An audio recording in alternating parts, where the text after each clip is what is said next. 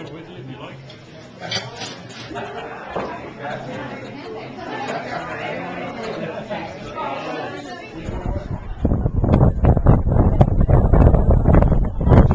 We've got 38 acres planted in 3 varieties, which is Cabernet, Chardonnay, and Muscat.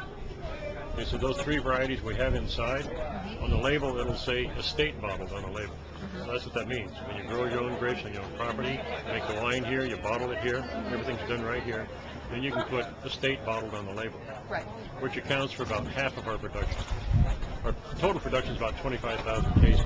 So from this 38 acres, We get about half half of your production. which is around 12, 13,000 cases.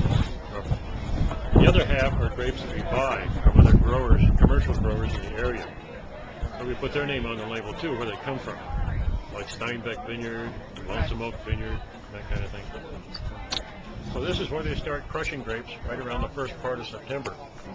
They hand-pick the white grapes like Chardonnay, and they dump them in this big hopper. Then they go down that drum where there's a big bladder press that squeezes all the juice out. And then all that juice is transported into this building around the corner for fermentation. And all the solids drop out of the bottom into a truck.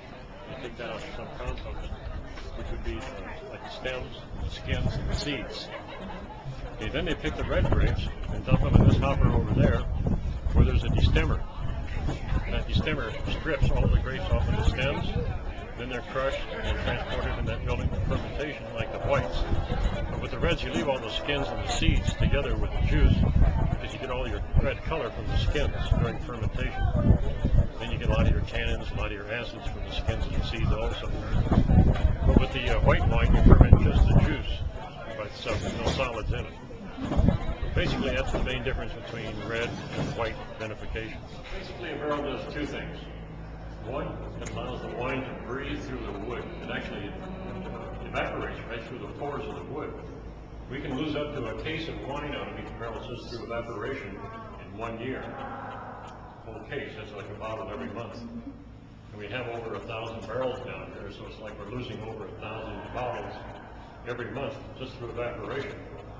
So while you're down here, don't breathe. Thank you.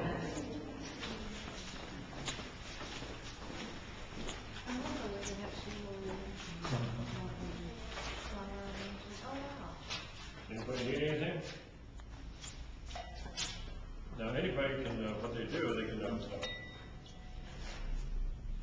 you guys, I have a little bit in the cooker room. Or Zinfandel? You have the Zinfandel? okay. Now this is open to the public. Anybody can put together their own little wine tasting group, up to about 8 people. And then you call ahead and you make an appointment about a week ahead of time. And you come out here, then you get the tour. You come down and taste about a dozen wines that we make here.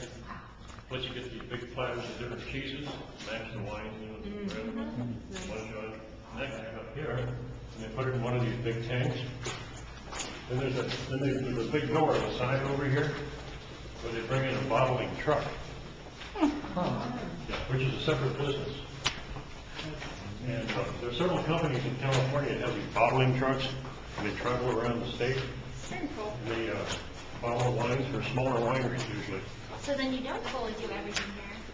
Well, our total production is about 25,000 cases, so that's not real big compared to some other wineries. No, in this area, the biggest is probably Meridian or J. Moore, and they produce close to 1 million cases a year. So these bigger outfits usually have their own bottling line because they have a lot of wine to bottle. But for us, at 25,000 cases, we can bring in one of those trucks and they can do ours in about 3 to 4 weeks.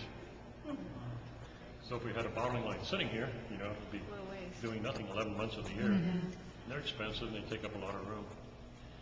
So that's the